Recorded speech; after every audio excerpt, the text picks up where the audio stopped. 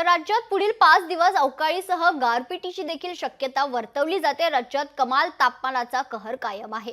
हवामान विभागाने इशारा दिला, अवकाळी पावसामुळे राज्यात पिकांचं नुकसान होतंय। तर मुंबईसह राज्यभरात हवामानात झालेले बदल खरं तर पाहायला मिळतात। मुंबई शहर आणि उपनगरात वातावरण ढगाळ राहील, तसंच हलका पाऊस होईल असा अंदाज वर्तवण्यात आलाय। राज्यात 2 दिवसांपासून ठिकठिकाणी अवकाळी पाऊस होत असला तरी कमाल तापमानाचा कहर कायम आहे। बुधवारी अहिल्यानगर 36, तर बीड 39.8, मालेगाव 38.4, मुंबई 36.9, नाशिक 37.3, सोलापूर येथे 38 अंश सेल्सिअस एवढ्या कमाल तापमानाची नोंद झाली आहे। अवकाळी पावसामुळे राज्यात पिकांचं नुकसान झालंय।